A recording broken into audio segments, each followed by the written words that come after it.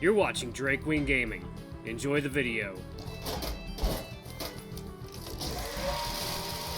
Hey guys and gals, Never here from Drake Wing Gaming. As some of you may on Twitter, the Gaming Dragon. Today I'm coming at you with a new Let's Play series on what it feels like.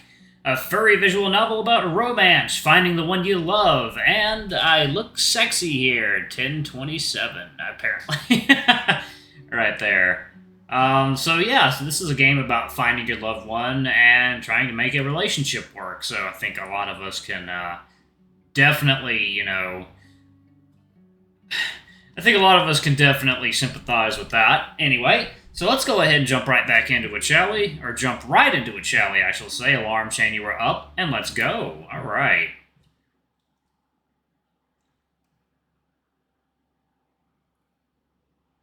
The road ahead of me stretches out to the dark horizon, the sky above me illuminated only by the moon and the gray clouds surrounding it. The street is empty, barren, and cold, the chirps of crickets and buzz of the streetlights being the only sounds accompanying me. It's all too familiar by now. I don't know how many nights I've walked through the sidewalk. I might even start remembering the cracks of the pavement at this point. I chuckle inwardly. I might know this neighborhood better than he does. The walk to his apartment feels quick, the way it always does these days. I don't think of anything. I don't feel anything when I'm walking to it. I just know that I need to get there, and that's it. Nothing else. A man smoking a cigarette sits on the set of stairs that go up to where I'm headed. When he notices me, he gives me a sort of puzzled look. I don't blame him. At this time of night, who the hell would be having visitors? It's not the first time I've seen him, though. He usually hangs around at this hour, normally somewhere less in the way, so this is the first time we've ever really run into each other.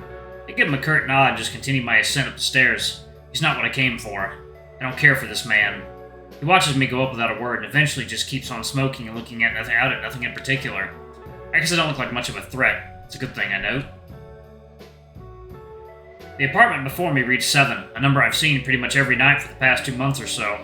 It's not a special number, but to me it holds the promise of bliss behind it. I give the door one single soft knock, knowing that he'll hear it and come to open it up in no time. He's expecting me, after all. And just like clockwork, not 10 seconds go by when he's at the door, opening it halfway to look at me, his hand still firmly on the doorknob. It's a bit too dark to see him completely, but it's not hard to know he's there. His tall, slim frame makes a shadow in his already dark apartment, which seems so inviting. "Did anyone see you?" His voice comes out low and husky like it usually does, and he utters the same 4 words he always does when he greets me. "Did anyone see you?" Because this is very important to him. If anyone saw me leave my house, if anyone saw me make my way towards his apartment, or if it ever crosses his mind that no one cares about what I'm doing in the middle of the night. No one, apparently, except him. No. I answer him almost immediately. And although the man outside comes to mind, I highly doubt he'll be telling anyone at our college that I came to his house. Jacob nods, stepping sideways to let me in. He turns around and makes his way inside his apartment. The smell of beer and dirty laundry fill my nose instantly, and although that might not sound very appealing, to me it's exactly what I needed. Every light is off, and it's hard to really make out where everything is, but I'm familiarized enough with the layout that I don't bump into anything as I sit down on his small brown couch. He's in the kitchen washing his hands, getting to get another beer from the fridge before finally joining me in the couch. He throws himself on it with a huff, keeping about a foot or 2 of distance between us, his left arm spread onto the headrest behind me, but not actually touching me. "Oh, hello there." He looks at me for a long moment, his bright yellow eyes reflecting the light coming from his window. Wait, no?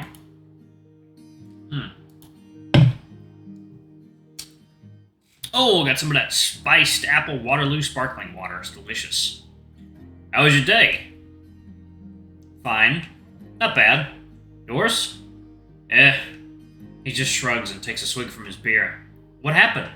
"Nothing in particular, just the coach getting on my ass." "Right."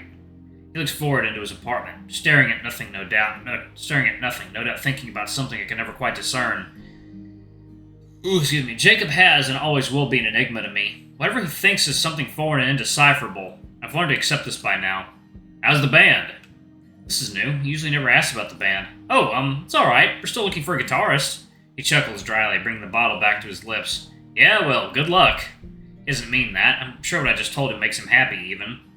"Yeah, thanks." "How's your..." He interrupts me before I get the chance to finish my sentence by firmly planting his muzzle against mine, kissing me unexpectedly and pulling me close to him.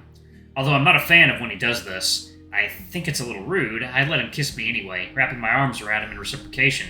His tongue slips into my mouth, and the taste of beer and mustard maybe even envelops my own tongue, but I accept it with open arms. His voice comes out periodically, gruffing, growling softly into the kiss as his hand grips the fur on the back of my head, deepening our kiss.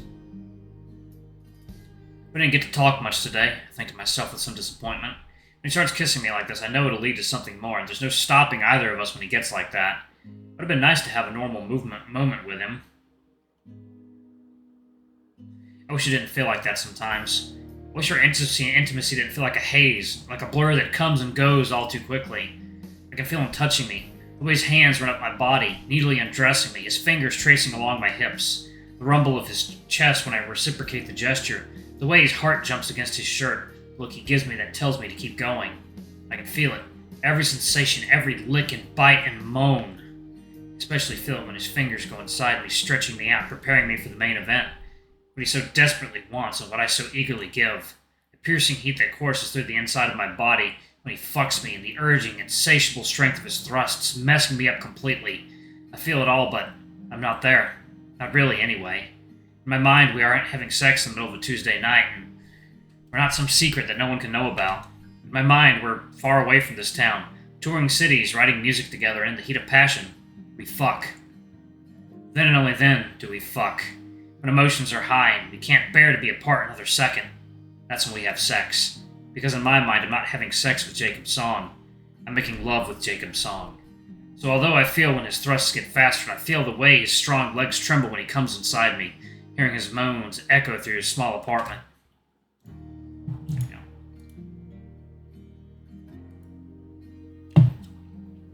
For me, it's an act of passion, not lust. Eventually, he collapses to my side, catching his breath. When he sighs, that's how I know I did well. He's satisfied, He's satisfied. I satisfied him. I did a good job. His arm hugs onto my waist and pulls me close to him, my back pressed against his chest, so his breath hitting the top of my head, and I latch onto his arm, hugging it so tightly. Here it is, the moment I've been waiting for, the aftercare. When he's content and tuckered out from fucking me is when he shows affection, when he pulls me into his body and plants small kisses onto my face. This is when the night stops being a blur and all my senses are heightened to infinity. I have to remember exactly how this feels, how his fur feels against mine, how his pillow smells like old cologne and something else, something distinctly him. I have to, because otherwise what else do I have to latch onto? Anyone can have sex with you and make it enjoyable, but not everyone will hold you like this when it's over. No, this is what makes Jacob special. He shows you what love feels like. This is what love feels like. I close my eyes and just feel him, all of him, and let myself get lost in this feeling for a bit. In this moment, Jacob loves me. I am the one he's holding, and I am the one who made him feel good. I'm exhausted. Even though the sex is nice, it takes a lot out of me. I'm not nearly as horny as Jacob is, but I'll happily give myself to him if I can rest in his arms like this afterwards. Hey, I think you should get going. But I don't get that. Every night, without fail, Jacob will tell me it's time for me to leave about 30 minutes after having sex with me. No matter how tired I am, if I'm pretending to be asleep, if I'm actually asleep, he will shake me awake and tell me I need to go. Today it seems like my time was cut even shorter than that. Really? Already? I try my best to sound tired instead of desperate, so I'm asking not because I want to stay with him, but because I'm just sleepy and don't want to get up. Even though if I'm honest, both are true. Yeah, I gotta get up early tomorrow. I'm sorry. It takes me a minute to finally gather the strength to get up, then another to wash up in his very messy bathroom, then another to get fully dressed. It takes me so much time to get here, and so little to leave. When I get out of the bathroom, he's already puffing up his pillow, laying on his side, and holding another very flat pillow in between his arms. I hate seeing that. I hate feeling jealous of a fucking pillow. Well, I'll be going then. He quietly gets up and leads me to the door, opening it for me into the brightly lit view of the neighborhood. It's really cold tonight. Not that he cares. Good night, Jacob. He leans against the door frame and nods, half asleep. Good night, Milo. And without another word, I exit his apartment, Jacob softly closing the door behind me and locking it before I hear him return to his room. I always stand in front of his apartment after he closes the door for about a minute or so. I couldn't really say why it is I do this. I don't think of anything, and I don't expect him to come back out and let me in. Big deal.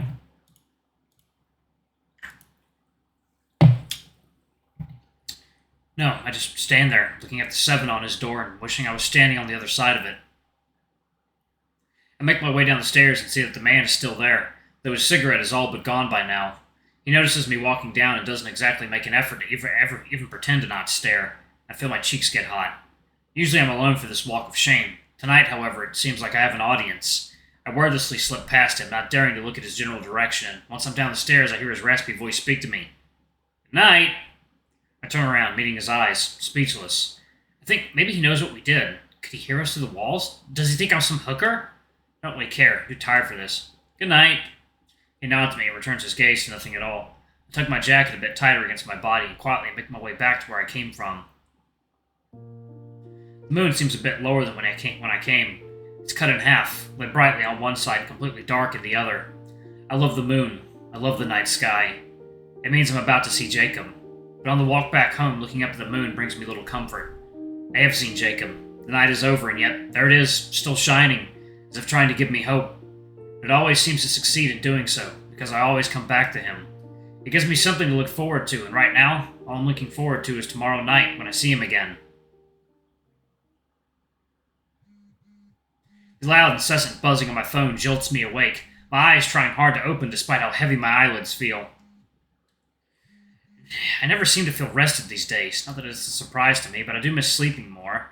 I grab my phone, pushing the accept call button and pressing it onto my ear, slurring a half-hearted what into the other line.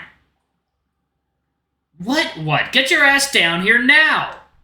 I sit up on my bed quickly, rubbing the sleep from my eyes as I hear my best friend's voice annoyingly mocking my own come from the phone. Shit, but that was today? Milo, you have 5 minutes to come down or we're leaving without you, and I'm not kidding. Okay, I'll be there. Don't leave without me. Hurry up, then. She hangs up, and the imaginary timer of 5 minutes starts counting down over my head as I rush to get ready, putting on whatever I can find that smells clean, and brushing my teeth as quickly as I can. Ooh, that's a lovely place. Damn. Running downstairs, I hear my mom call out to me from inside the kitchen. Milo, are you heading out? Your friends were beeping outside a while ago. Ugh, don't say that. Now I feel even worse. Yeah, Mom, I'm going. I'll be back later tonight. Try and get home earlier if you can. I'm gonna make dinner for us tonight. Sure, Mom, I really gotta go now. Text me. Bye! I burst out the door and close it behind me, and as I run down the porch, sure enough, there they are, as pissed as I imagined them to be. You're late! I haven't even finished walking up to them when she loudly announces that to me, and I put my hands on my knees to catch my breath. I know. I'm sorry.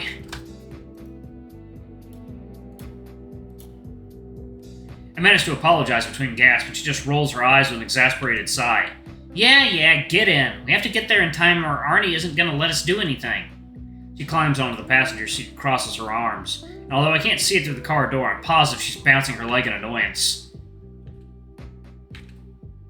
Morning. Hey, Wyatt.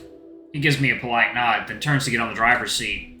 Feeling embarrassed, I just get back in the back seat in silence, and once we're all inside, Wyatt turns the car on and we drive away into the street. That's a beautiful view. The streets of Ashland seem about the same as they always do.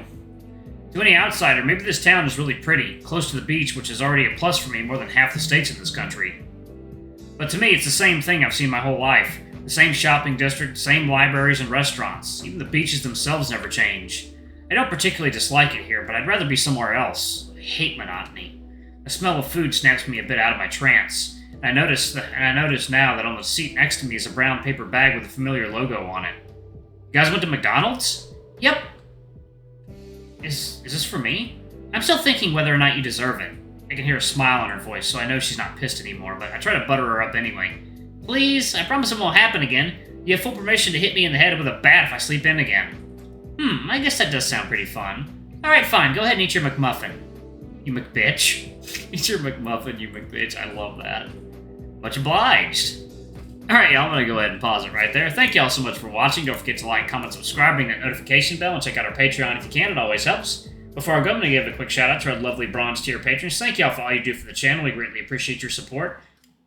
Thank you to our silver tier patron, Cade Silvermoon. Thank you for going a bit above and beyond. It's greatly appreciated. Thank you to our gold tier patron, Amr. You're awesome. We love you. Thank you for subbing to our ultimate tier. Anyway, if y'all want to get your names in the credits, get access to our not safe for work contents as little as $5. Alrighty, I love you all, and I'll see you all in the next video. Bye-bye!